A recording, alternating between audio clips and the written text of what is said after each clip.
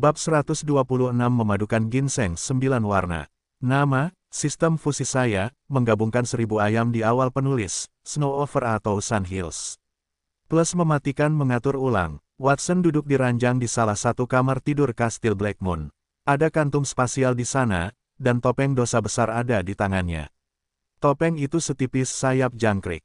Jika tidak ada efek samping, aku bisa membawanya setiap saat. Haruskah aku mencoba menggabungkan topeng itu dengan peralatan lain untuk melihat apakah aku bisa mengubah atributnya? Pikir Watson, jika dia mengenakan topeng dosa besar, dia bisa memperoleh lebih dari 10 keterampilan begitu saja. Siapa yang tidak ingin menyimpan peralatan sebagus itu bersamanya? Namun, efeknya pada emosi agak kuat. Misalnya, jika dia hanya menyentuh topeng itu, perutnya akan keroncongan tanpa henti. Dia merasa lapar dan ingin memakan semua yang ada di depannya. Perasaan itu berasal dari keinginan untuk makan berlebihan. Mungkin karena dia tidak makan di pagi hari, tetapi keinginan itu semakin kuat. Dia harus menemukan solusi yang tepat, dia harus menjadi lebih kuat untuk melindungi keluarganya. Tuan Muda Watson, apakah Anda di sana? Pada saat itu, suara lembut Wendy yang familiar bergema dari luar ruangan. Watson mendongak dan meletakkan topengnya. Masuklah. Klik, pintu didorong terbuka dengan suara yang nyaring. Wendy berjalan masuk ke dalam ruangan, meletakkan tangannya di perutnya, dan membungkuk kepadanya. Tuan Muda Watson, Suster Capella menyuruhku untuk mencarimu. Para bandit wanita yang kau bawa kembali memiliki beberapa masalah selama pelatihan mereka. Masalah apa? Apakah mereka tidak mendengarkan perintah Capella? Cahaya dingin melintas di mata Watson yang lembut. Pada saat itu, dia tiba-tiba merasakan kemarahan yang hebat di dalam hatinya. Dia ingin menghukum para wanita itu dengan keras, tetapi dia mencoba yang terbaik untuk menahannya. Semacam itu, Wendy mengangguk dan kemudian menggelengkan kepalanya. Meskipun mereka telah menyelesaikan tugas yang diberikan kepada mereka, mereka telah melakukan hal-hal yang tidak perlu sendiri. Sekarang, karena itu, Suster Capella bertengkar dengan mereka. Begitu, bawa aku ke sana, aku akan pergi melihatnya.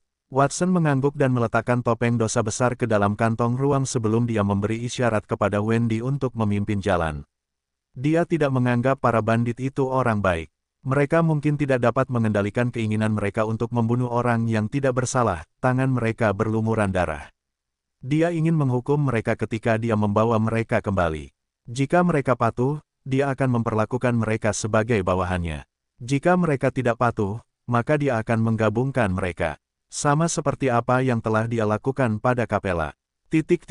Katakan padaku, apa sebenarnya kesalahanku ketika aku mempercepat pematangan ramuan obat itu? Jika kamu tidak melakukan itu untuk mempersulitku, maka bisakah kamu memberiku alasan? Grit berdiri di depan Capella di sebelah hamparan bunga di luar Kastil Bulan Hitam. Dia menunjuk ke arah ramuan obat yang tumbuh subur di taman saat dia berbicara kepada Capella.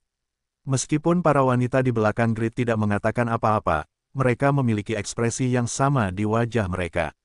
Jelas, mereka merasa tidak ada yang salah dengan tindakan Grit. Capella sengaja membuat keadaan menjadi sulit bagi mereka. Saya sudah memberitahu Anda alasannya tadi. Anda telah mengacaukan rencana Tuan Muda, kata Capella dingin. Mengganggu rencana. Grit mencibir padanya dengan mengejek. Memperpendek masa pertumbuhan ramuan obat yang hanya dapat matang dalam setahun menjadi setengah tahun, dan meningkatkan efek obat beberapa kali lipat, apakah itu yang Anda sebut mengacaukan rencana? Saya tidak berpikir pelayan seperti Anda tahu apa-apa. Mereka berdua berdebat dengan keras sementara banyak pelayan menonton dan berbisik di dekatnya. Siapa orang-orang itu? Mereka begitu sombong untuk mempertanyakan kepala pembantu rumah tangga Capella. Tuan Muda Watson menunjuknya menjadi kepala, dan dia telah menangani semua hal di rumah dengan tertib. Saya belum pernah melihatnya melakukan kesalahan apapun. Saya mendengar bahwa para pelayan baru itu adalah anggota geng bandit iblis wanita. Bandit memiliki temperamen yang buruk. Namun, kepala pembantu rumah tangga Capella telah mengundang Tuan Muda Watson ke sini. Mereka akan segera mendapatkannya. Kerumunan itu berdiskusi dengan bersemangat. Pada saat itu, Watson telah berjalan keluar dari rumah besar di belakang Wendy. Sekilas, dia melihat beberapa orang sedang bertengkar. Watson maju dan bertanya, apa yang terjadi? Tuan Muda Watson, saya gagal mengajar orang-orang itu. Kita tidak bisa menjadikan mereka sebagai pembantu. Tolong hukum mereka, Tuan muda. Capella berbalik menghadap Watson dan berlutut dengan satu kaki dengan hormat. Anda memang salah, tetapi itu tidak ada hubungannya dengan kami, itu adalah ketidakmampuan Anda. Grit berkata sambil memeluk dirinya sendiri. Tuan muda Watson, saya tidak punya apa-apa untuk dikatakan. Coba lihat petak bunga itu. Saya jelas telah melakukan perbuatan baik, dan pembantu itu tidak tahu apa-apa, tetapi dia berani mengkritik saya.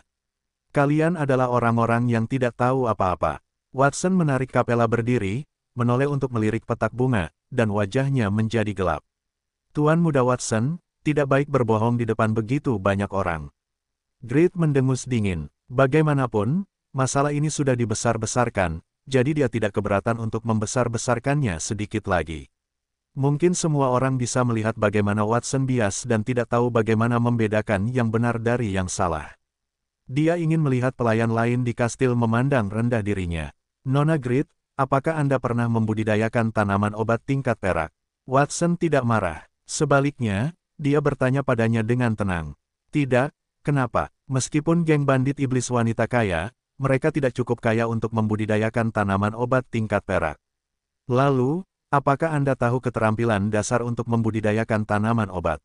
Jika Anda memiliki sesuatu untuk dikatakan, Tuan muda, katakan saja.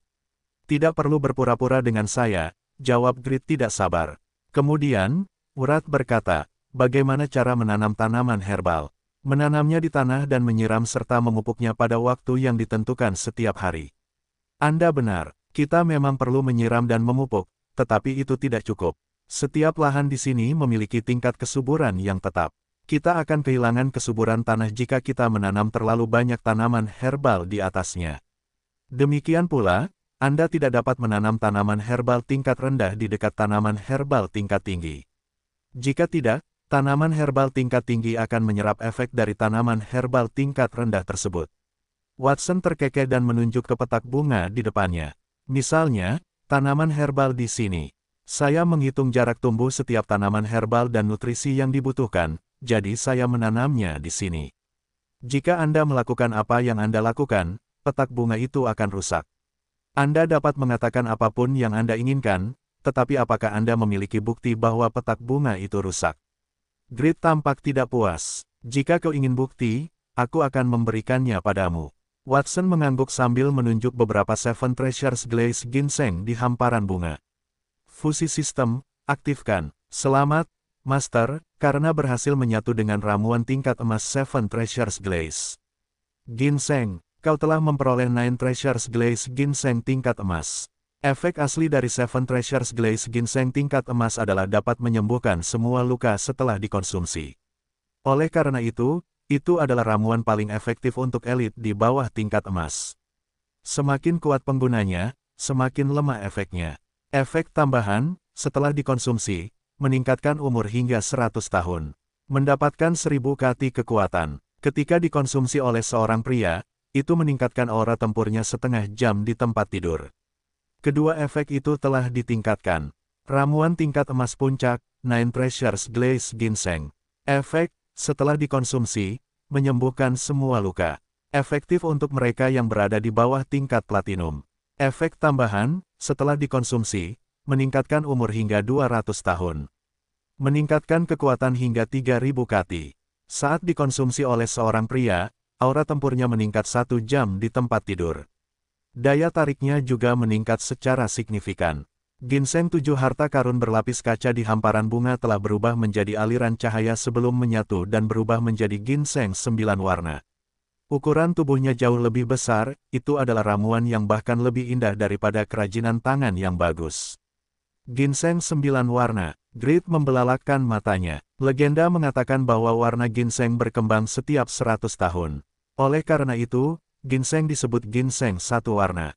Ginseng 9 warna sudah berusia hampir 1000 tahun, sudah pasti merupakan ramuan obat kelas atas. Keserakahan dapat menggunakan uang untuk meningkatkan pertumbuhan tanaman. Namun, hal itu hanya dapat menambah usianya beberapa tahun lagi. Siapa yang mengira bahwa Watson dapat meningkatkannya beberapa ratus tahun? Benar sekali, itu adalah ginseng 9 warna, tapi bukan itu intinya. Watson mengangguk setuju sambil menunjuk ke hamparan bunga. Lihat baik-baik, Apa yang terjadi dengan tanaman obat di hamparan bunga itu? Semua orang melihat ke arah yang ditunjuknya dan menemukan bahwa beberapa tanaman obat yang tumbuh subur di hamparan bunga itu telah menguning. Daun-daunnya terkulai seolah-olah nutrisinya telah tersedot habis. Di sisi lain, ginseng mengkilap 9 warna tampak menyilaukan dengan cahaya yang dipancarkannya. Lihat, itu sebabnya saya mengatakan bahwa tidak baik untuk mempercepat pematangan tanaman, kata Watson. Sebagai manusia modern, ia memiliki pengetahuan pertanian yang jauh melampaui dunia itu. Misalnya, ia tahu cara mengurangi erosi tanah dan air, mengendalikan hama, dan sebagainya. Metode pertanian di dunia itu sangat kasar.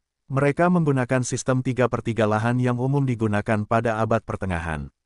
Lahan yang luas dan subur digunakan untuk menanam tanaman, lahan yang buruk digunakan untuk bercocok tanam, dan lahan lainnya digunakan untuk mengembangkan peternakan. Di satu sisi, mereka dapat menjual ternak yang diternakkan untuk mendapatkan uang, dan di sisi lain, mereka dapat menggunakan kotoran binatang untuk memulihkan kesuburan tanah. Itu adalah sistem yang sangat kasar. Sistem itu sama sekali tidak memiliki ilmu tentang proses pertanian modern, sehingga produktivitas di banyak bagian kerajaan sangat rendah. Watson memiliki kemudahan penggabungan sistem, dan pada saat yang sama, ia memiliki visi yang melampaui zaman, yang menyebabkan kata-katanya membuat para pemimpin geng bandit iblis tercengang. Bagaimana bisa jadi seperti itu? Bukankah semakin tinggi levelnya, semakin baik? Grit tidak dapat memahaminya. Ramuan obat tingkat tinggi sebenarnya dapat menyerap nutrisi dari tanaman tingkat rendah. Ia merasa pandangan dunianya telah terbalik. Ia biasanya menanam beberapa tanaman saat ia berada di geng bandit karena kemampuannya. Ia akan melihat tanaman itu tumbuh dan menuai kegembiraan di dalam hatinya. Akan tetapi, ia tidak pernah memikirkan masalah itu saat menanam tanaman. Ia tidak hanya terkejut dengan metode yang digunakan Watson. Ia tahu bahwa Watson memiliki sihir misterius yang dapat menyatu dengan topeng dosa besar, yang tidak dapat mereka tangani. Ia tidak menyangka bahwa Watson juga dapat menyatu dengan benda lain. Sangat mudah untuk menyatukan herba. Jika aku ingin melakukannya, aku dapat mengubah semua herba di petak bunga menjadi herba tingkat emas. Tetapi, apakah itu benar-benar perlu? Watson berpura-pura tenggelam dalam pikirannya. Tentu saja, itu perlu. Bukannya dia tidak ingin menggabungkan semua herba di hamparan bunga menjadi barang tingkat emas, mereka tidak punya cukup herba. Selain itu, para penjaga pasti akan saling bertabrakan selama pelatihan, jadi mereka membutuhkan herba tersebut.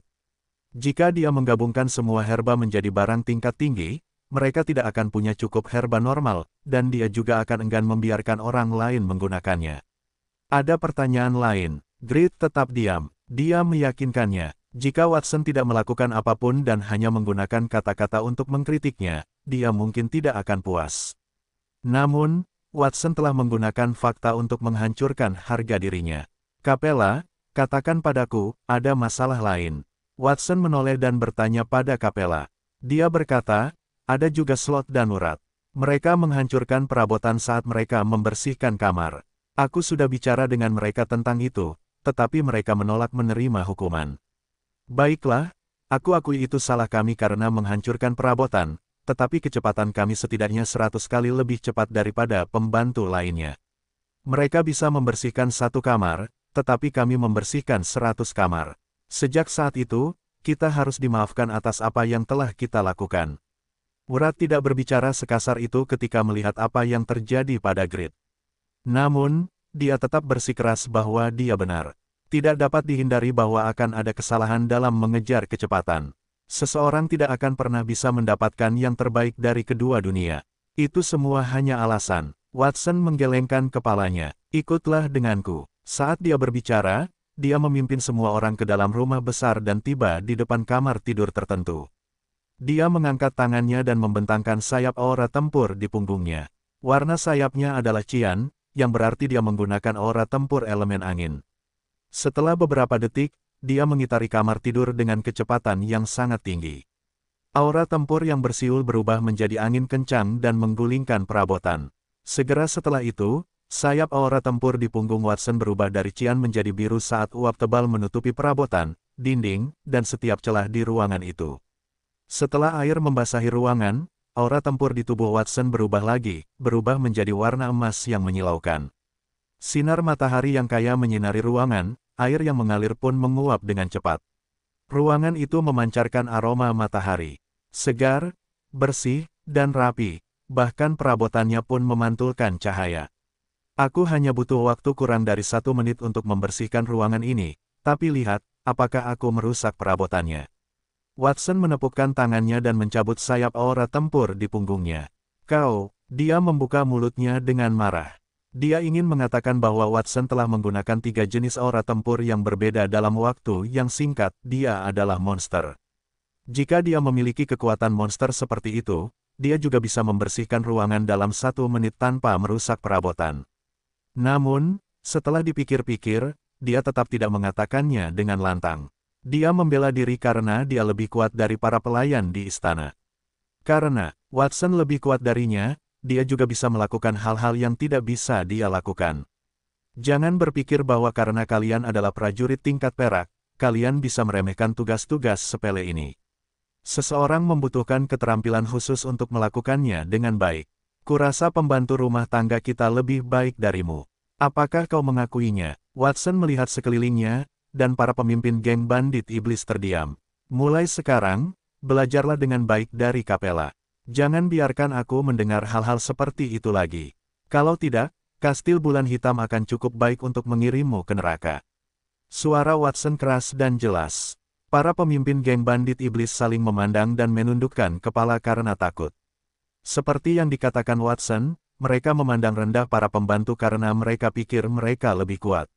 Sepertinya mereka harus merenungkan diri mereka sendiri. Capella, aku serahkan sisanya padamu. Watson memberi isyarat kepada Capella sebelum dia berbalik untuk pergi.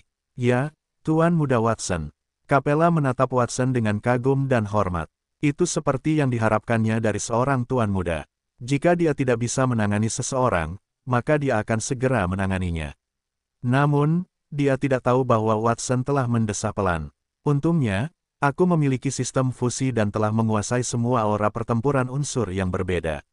Kalau tidak, aku tidak akan bisa menaklukkan orang-orang itu. Setelah kejadian itu, mereka akan tetap sedikit lebih patuh.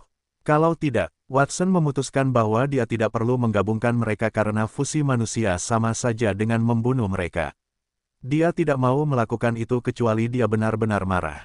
Tiba-tiba, dia mendengar teriakan dari para penjaga dari luar kastil. Tuan Muda Watson, sesuatu yang buruk telah terjadi. Kami menerima berita dari pemilik istana bahwa persekutuan penyihir kota Monty telah merekrut tentara bayaran dan membentuk pasukan. Mereka ingin menghancurkan kastil Black Moon dan menuntut penjelasan atas kematian Penatua Folsen. Mata-mata kita bisa melaju lebih cepat, jadi dia berada di depan mereka. Dia melaporkan bahwa persekutuan penyihir akan tiba dalam sehari. Nona Audrey, kastil Black Moon ada di depan. Kami sudah mengatur agar semua orang beristirahat sesuai dengan instruksi Anda. Seorang penyihir tingkat perunggu dari persekutuan penyihir berbicara dengan hormat kepada wanita di depannya. Bagus sekali. Audrey duduk di atas kuda putih, dia memainkan kukunya saat dia menjawabnya dengan santai. Mereka berada di pinggiran hutan berkabut, itu juga satu-satunya cara untuk mencapai kastil Black Moon dari kota Monty. Kereta kuda diparkir di sekitar hutan, dan ada tentara bayaran dan penyihir berbaju besi di kereta tersebut. Mereka makan dan berbicara satu sama lain, jumlah mereka lebih dari 100, dan tubuh mereka memancarkan aura yang kuat. Persekutuan penyihir telah mengorganisasi pasukan elit, dan semua pesertanya setidaknya tingkat perunggu. 50 prajurit dan penyihir tingkat perunggu, masing-masing, akan menjadi kekuatan yang merusak jika mereka ditempatkan di perbatasan. Ada juga beberapa ahli tingkat perak dan emas di antara orang-orang itu, termasuk Audrey dan kelompok tentara bayaran angin utara, Ron. Kelompok tentara bayaran angin utara adalah kelompok tentara bayaran terbesar di Monty Town. Pemimpin kelompok itu, Ron, adalah seorang prajurit tingkat emas yang dijuluki Serigala Angin Utara. Dikabarkan bahwa Ron adalah bagian dari garis keturunan setengah manusia serigala kutub, yang memungkinkannya berubah menjadi serigala ajaib yang ganas. Dia bisa mencabik-cabik binatang ajaib tingkat emas lainnya dengan tangan kosong. Pada saat itu, prajurit ganas itu berdiri di samping Audrey. Rambut abu-abunya yang tidak teratur menjuntai di bahunya, dan wajahnya yang kasar menyeringai lebar. Telinga serigalanya bergoyang lembut saat dia berkata, "Audrey, Aku tidak percaya kau akan menghabiskan begitu banyak uang untuk melenyapkan faksi kecil dan tidak dikenal di perbatasan. Kami adalah kelompok tentara bayaran paling terkenal di Monty Town, tidak murah untuk mempekerjakan kami. Sudahkah kau memikirkannya dengan matang? Kami mempekerjakanmu untuk melindungi para penyihir saat mereka merapal mantra. Kami tidak membutuhkanmu dalam pertempuran sungguhan. Audrey mengangkat kepalanya dengan ekspresi bangga. Tatapan Ron menyapu tubuh Audrey yang menggerahkan dalam balutan jubahnya dengan penuh nafsu. Kemudian, akhirnya, dia bertanya, "Oh, kau tampak sangat percaya diri. Kudengar seorang tetua dari guildmu meninggal secara tragis di Kastil Blackmoon. Semua barang miliknya dan para penyihir yang pergi bersamanya semuanya ditahan oleh Kastil Blackmoon. Mereka berhasil mengalahkan seorang penyihir yang telah menguasai mantra tingkat emas, itu membuktikan bahwa Kastil Blackmoon setidaknya memiliki tingkat kekuatan tempur yang sama. Aku juga mendengar bahwa mereka terkait dengan hitungan perbatasan. Apakah kau yakin tidak apa-apa untuk menyerang mereka? Ron, jangan banyak bicara omong kosong. Fokus saja pada masalahmu." Ekspresi Audrey berubah dingin. Aura hitam pekat menyebar di sepanjang tubuhnya dan menyapu tanah di dekatnya. Lapisan es hitam menutupi rumput atau tanah yang disentuh aura hitam itu. Pupil mata Ron mengecil. Dia mengaktifkan kemampuannya sebagai prajurit tingkat emas untuk berteleportasi dan muncul lebih dari 10 langkah jauhnya untuk menghindari aura hitam. "Audrey, kita sudah saling kenal sejak lama. Kau tidak perlu bersikap begitu kejam padaku, tahu. Itu hanya candaan. Aku tahu bahwa persekutuan penyihir sedang menjamu seorang jagoan dari ibu kota. Kau begitu percaya diri karena orang itu, kan?" Ron adalah seorang tentara bayaran, jadi dia mendapat banyak informasi. Bahkan, dia sudah tahu siapa orang itu. Dia menyebutkan hal itu kepada Audrey karena dia ingin Audrey memperkenalkannya. "Menurutmu siapa peramal ini? Apa kau pikir kalian bisa bertemu begitu saja?" Wajah Audrey dipenuhi dengan rasa jijik. Pada saat itu, "Audrey, kau harus sopan saat berbicara dengan orang lain. Aku tidak memiliki identitas lain, aku hanya seorang penyihir biasa."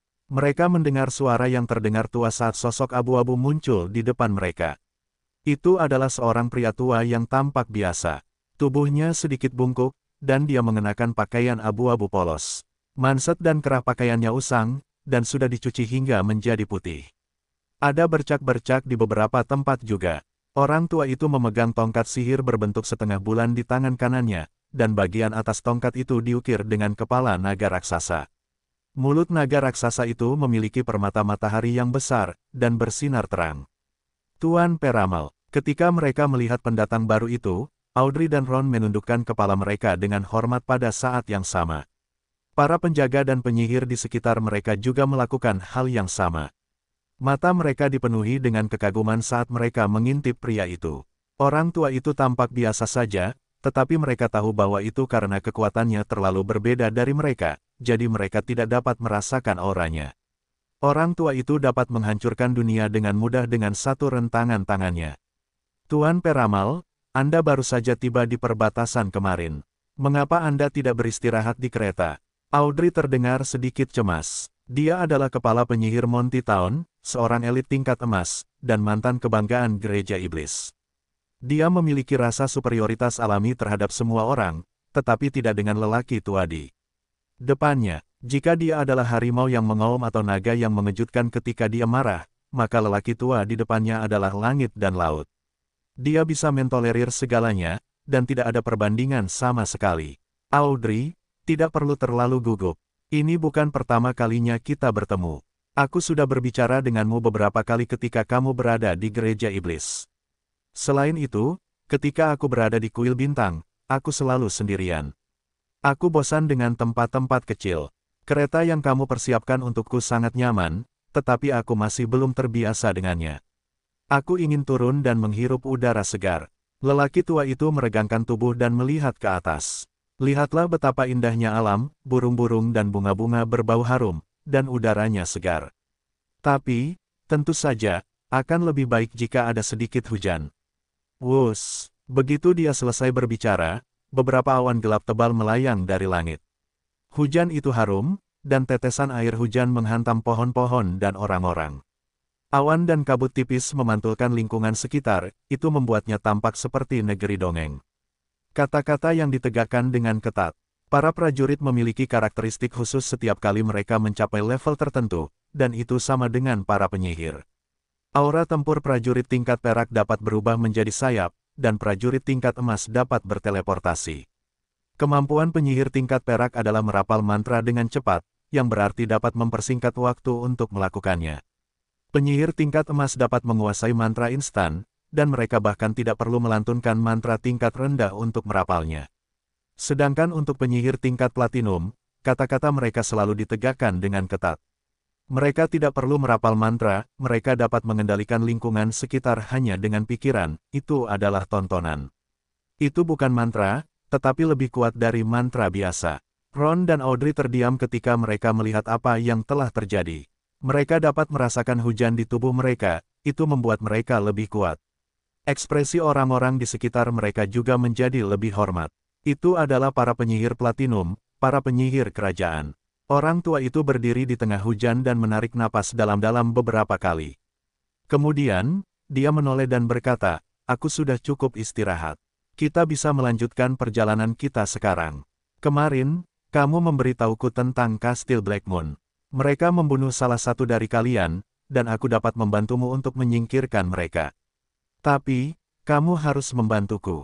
Tujuan utamanya di perbatasan adalah untuk bertemu seseorang. Ketika dia berada di kuil bintang, dia merasakan bahwa seseorang telah menciptakan elemen magis baru di perbatasan. Dia ingin melihat siapa yang melakukannya. Ketika dia tiba di persekutuan penyihir di kota Monty malam sebelumnya, Audrey telah memintanya untuk membantunya menghancurkan Kastil Blackmoon. Dia tidak peduli tentang itu, tetapi karena dia dalam suasana hati yang baik, dia memutuskan untuk menyetujui permintaannya. Benarkah? Terima kasih banyak, Tuan Astrolog. Audrey tidak bisa menyembunyikan kegembiraannya. Dia ragu-ragu sejenak sebelum berkata, "Saya baru saja mengirim seseorang untuk mencari informasi. Mohon tunggu sebentar, kami akan berangkat saat orang-orang saya kembali." Dia tidak mengirim pengintainya ke Kastil Blackmoon tetapi geng bandit iblis wanita. Dia berpikir bahwa kehancuran Kastil Blackmoon sudah dekat karena dia mendapat bantuan peramal itu. Dia ingin sesama anggota geng bandit iblis wanita mengambil alih Kastil Blackmoon setelah mereka dihancurkan. Dia tahu bahwa pengintainya akan segera kembali. Kemudian, seorang pria berpakaian seperti penyihir terbang turun dari langit dengan angin puyuh. Dia menghampirinya dengan ekspresi aneh. Kemudian, dia membisikkan sesuatu ke telinganya. Setelah mendengar kata-kata itu, wajah Audrey berubah.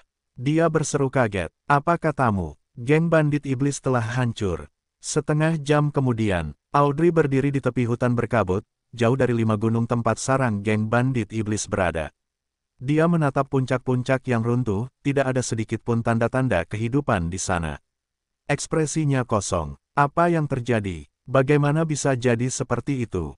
Geng bandit iblis masih ada di sana ketika dia kembali beberapa hari yang lalu.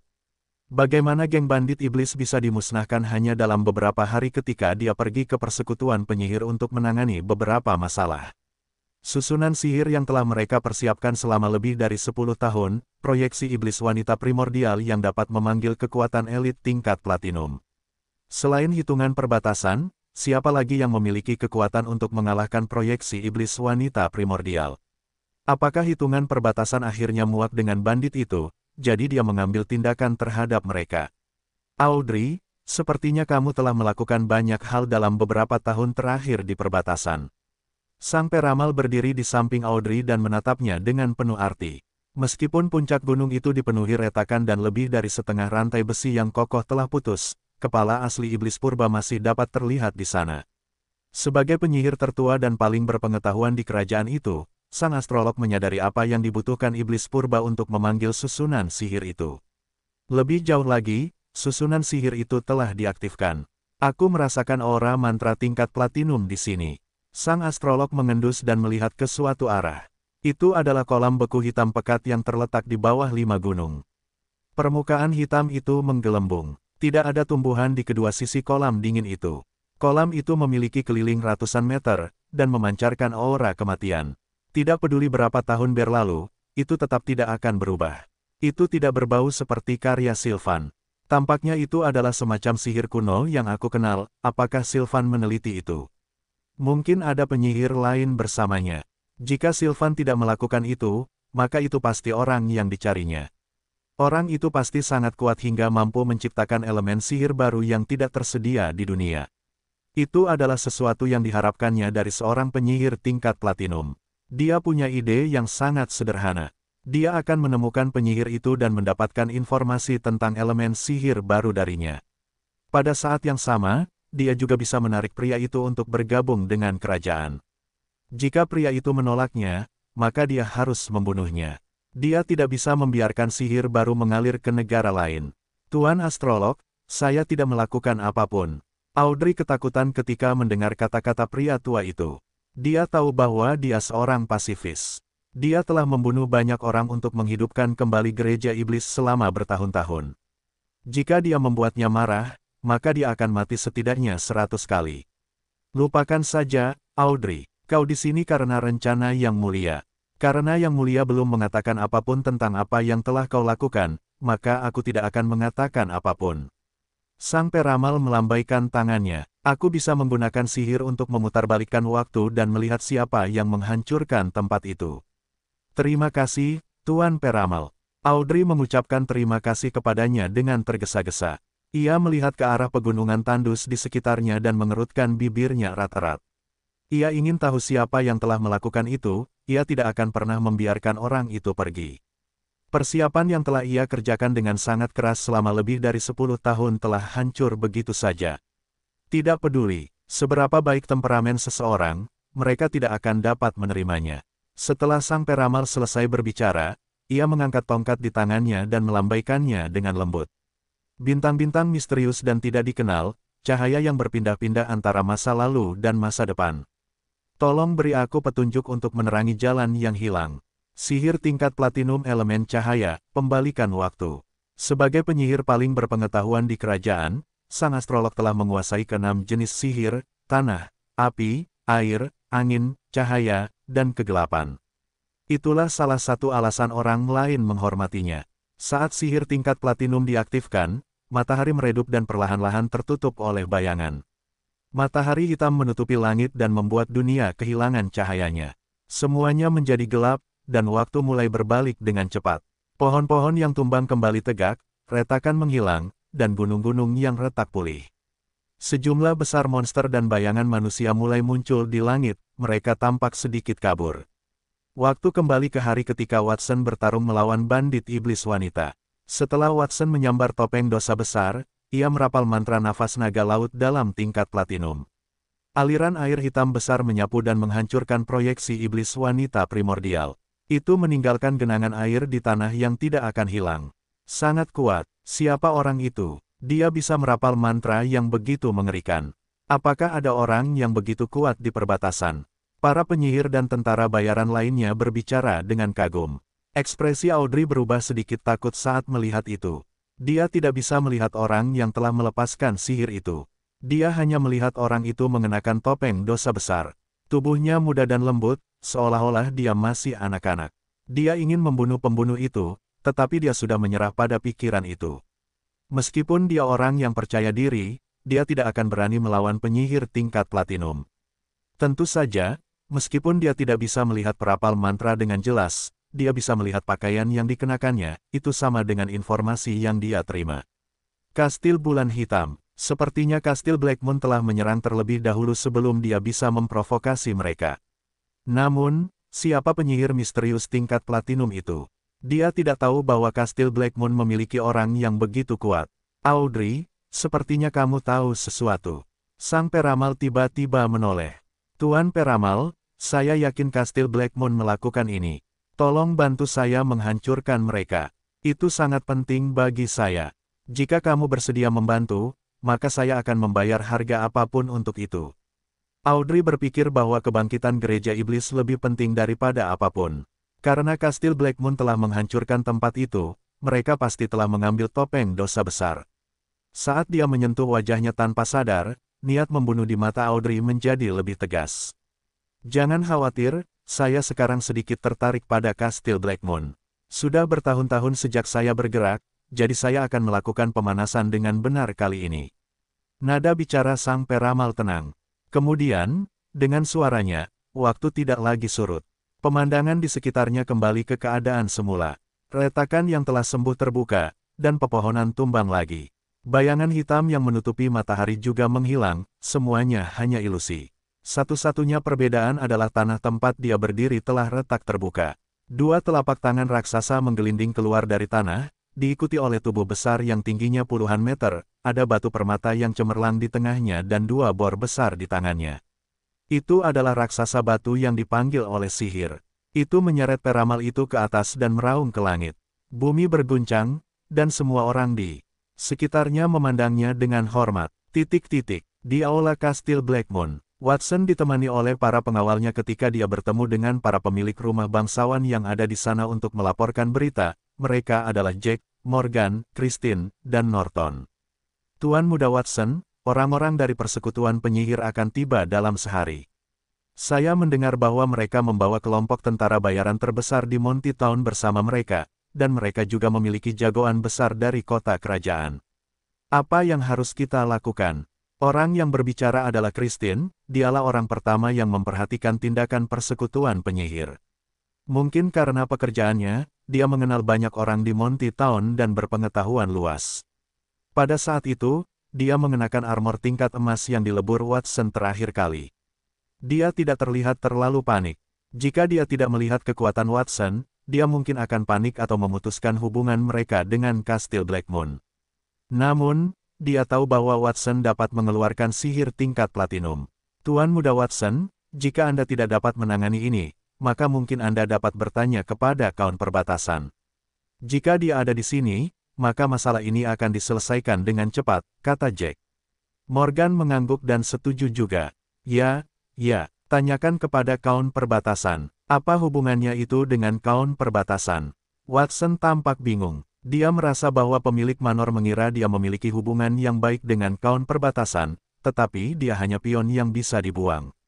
Mengapa kaum membantunya? Yah, bukan saatnya untuk memikirkan itu. Aku tahu. Jika persekutuan penyihir datang, biarkan mereka datang. Aku sudah menyiapkan cara untuk menghadapinya. Ketika mereka menyerang geng bandit iblis wanita, keuntungan Watson yang paling signifikan adalah binatang ajaib yang telah dia gabungkan di dalam hutan berkabut. Bahkan jika lebih dari setengah dari mereka telah terbunuh, masih ada lebih dari 1000 binatang ajaib tingkat perak dan beberapa ribu yang tingkat perunggu yang tersisa.